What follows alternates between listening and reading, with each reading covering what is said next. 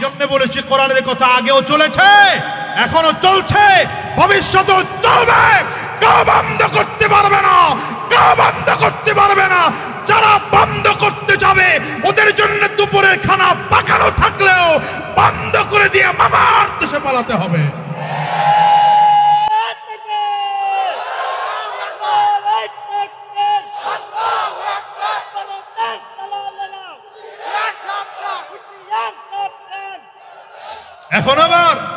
এখন আবার নতুন করে ভারত প্রেমী কিছু মানুষ বাংলাদেশে নতুন করে উদয় হয়েছে, তারা আমাদেরকে সবক শোনাতে চায় ভারতের বিরোধিতা করে বাংলাদেশে টিকে থাকা যাবে না। আমি তাদেরকে বলতে চাই, মুসলমানদের সাথে কাউকে লাগে না, একজন আছে। একটু আঙ্গুলটা উঁচা করে জোরে বলা যাবে না? একজন আছেন, তিনি কে? আরো জোরে বলো, তিনি কে? সবাই আঙ্গুলটা উঁচা করে বলো, কি কে? মুসলমানদের সাথে জাপান নাই, মুসলমানদের সাথে রাশিয়া নাই, মুসলমানদের সাথে আমেরিকা নাই, মুসলমানদের সাথে ভারত নাই। আরে কাউকে লাগবে না, এক আল্লাহ যদি মুসলমানদের সাথে থাকে, খোদার কসম বিজয় মুসলমানদেরই হবে, আর কাউকে দেওয়া লাগবে না। ঠিক কিনা বলো?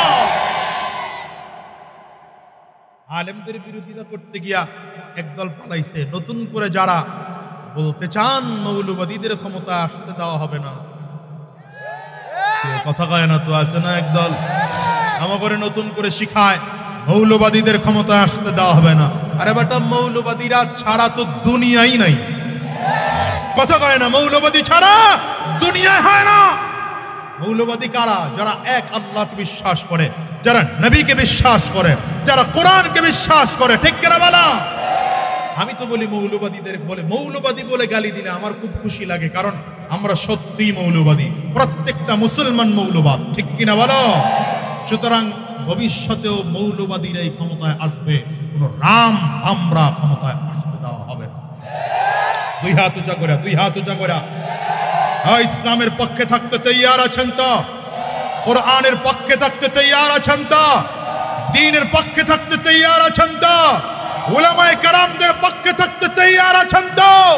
যদি আবার ময়দানে নামতে হয় ময়দানে নামবো, রক্ত দিতে হয় রক্ত দেব, জীবনটাও যদি কারো দিতে হয় তৈয়ার আছো কারা কারা? দুই হাত উঁচু করে আল্লাহকে দেখো।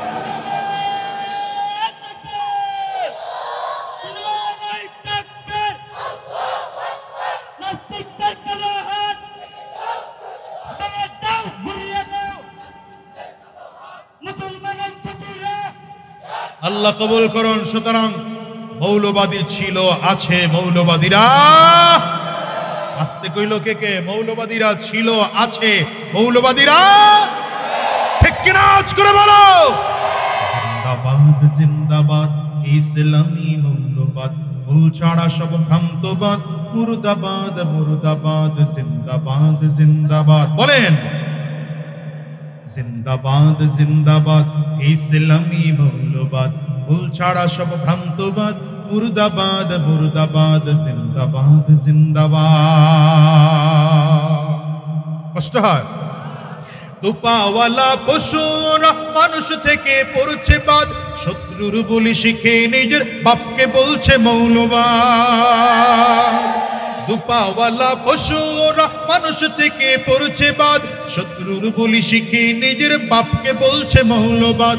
জন্ম মৃত্যু সবে ওদের, মূল ছাড়া তাই নাই কো ঠিক, ধর্মে নাস্তিক জন্মে জারুদ, ছুটছে ওরা দিক বিদিক। মূল ছাড়া সব পরগাছা আর রস ভ্রান্ত মতবাদ, মূল ছাড়া সব পরগাছা আর রস ভ্রান্ত মতবাদ। মানুষ নাকি বানর জাতি, ডারউইনের ভ্রান্তবাদ। জিন্দাবাদ জিন্দাবাদ ইসলামী মৌলবাদ, মূল ছাড়া সব ভ্রান্তবাদ, মুর্দাবাদ মুর্দাবাদ, জিন্দাবাদ জিন্দাবাদ। জোরে জিন্দাবাদ জিন্দাবাদ, জিন্দাবাদ জিন্দাবাদ, জিন্দাবাদ জিন্দাবাদ ইসলামী মৌলবাদ, মূল ছাড়া সব ভ্রান্তবাদ, মুর্দাবাদ মুর্দাবাদ, জিন্দাবাদ জিন্দাবাদ। আমি তো বলেছি এই দেশে এতদিন কথা বলার শোনার লোক ছিল না। আমরা কথা বললেই তো কাউরে নিয়ে জেলে ঢুকায় রাখতো, কাউরে নিয়ে মামলা দিয়ে রাখতো, কাউরে হয়রানি করতো, কাউরে পেরেশানি করা হতো। কথা বল না কেন? দেখেন না আল্লামা দিলওয়ার হোসেন সাঈদী সাহেবের বিরুদ্ধে মামলা দেওয়া হলো। কি মামলা? বলে ৭১-এর সময় সে মানবতা বিরোধী ছিল। আল্লামা মামুনুল হক সাহেবের বিরুদ্ধে মামলা দেওয়া হলো। কি মামলা? বলে ধর্ষক। নাউযুবিল্লাহ বলবেন না। আল্লামা খালিদ সাইফুল্লাহ ইউবির বিরুদ্ধে মামলা দেওয়া হলো, গুলিস্তানে ককটেল নিক্ষেপের মামলা। পীর সাহেব চরমনায়ের বিরুদ্ধে মামলা দেওয়া হলো, ১০,০০০ টাকা পকেট মেইরের মামলা। আমার বিরুদ্ধে মামলা দুইটা ছিল, একটা মাশাআল্লাহ তারাও গেছে, মামলাও গেছে, এখনো আরেকটা চলতেছে। সেটা হচ্ছে আমি নাকি কার গাছ কেটে আমার বাড়িতে নিয়ে আসছি।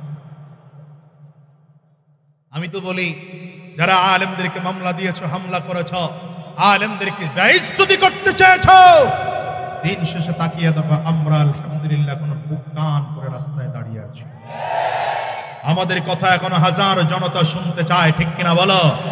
আমরা বুক টান করে কথা বলি, মাথা উঁচু করে কথা বলি, গলা উঁচু করে কথা বলি, কিন্তু তোমরা যারা হামলা করেছো, মামলা করেছো, কলা পাতার বিছানায় ঘুমাইয়াও শেষ বাঁচা বাঁচতে পারো নাই। শুধু কলা পাতায় ঘুমানো নয়, প্যান্ট শার্ট খুলে লুঙ্গি পরেছো, কথা কয় না, দাড়ি কামিয়ে চুলের মধ্যে কলম লাগিয়েছো, জোরে বলো ঠিক কিনা, আওয়াজ করে বলো।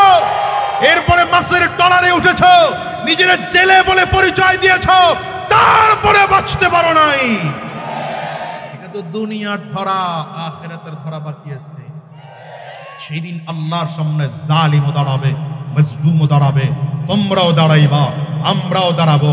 খোদার কসম করে বলি, আল্লাহর আদালতে দাঁড় করায়া প্রত্যেকটা জুলুমের একটা একটা করে হিসাব নেওয়া হবে। কষ্ট হয় আপনাদের?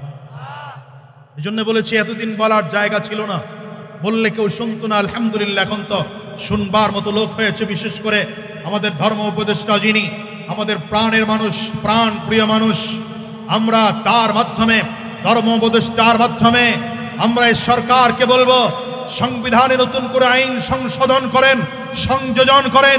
কেউ যদি আমার নবীকে গালি দেয়, কেউ যদি আমার নবীকে গালি দেয়, কেউ যদি আমার নবীকে লুচ্চা নবী বলে, কেউ যদি আমার নবীর চরিত্র নিয়ে কথা বলে, বাংলার জমিনে বাইতুল মুকাররমে জুমার নামাজের শেষ হওয়ার পরে মিডিয়ার উপস্থিতিতে ওকে সেই করে জমিন থেকে বিদায় করা হবে।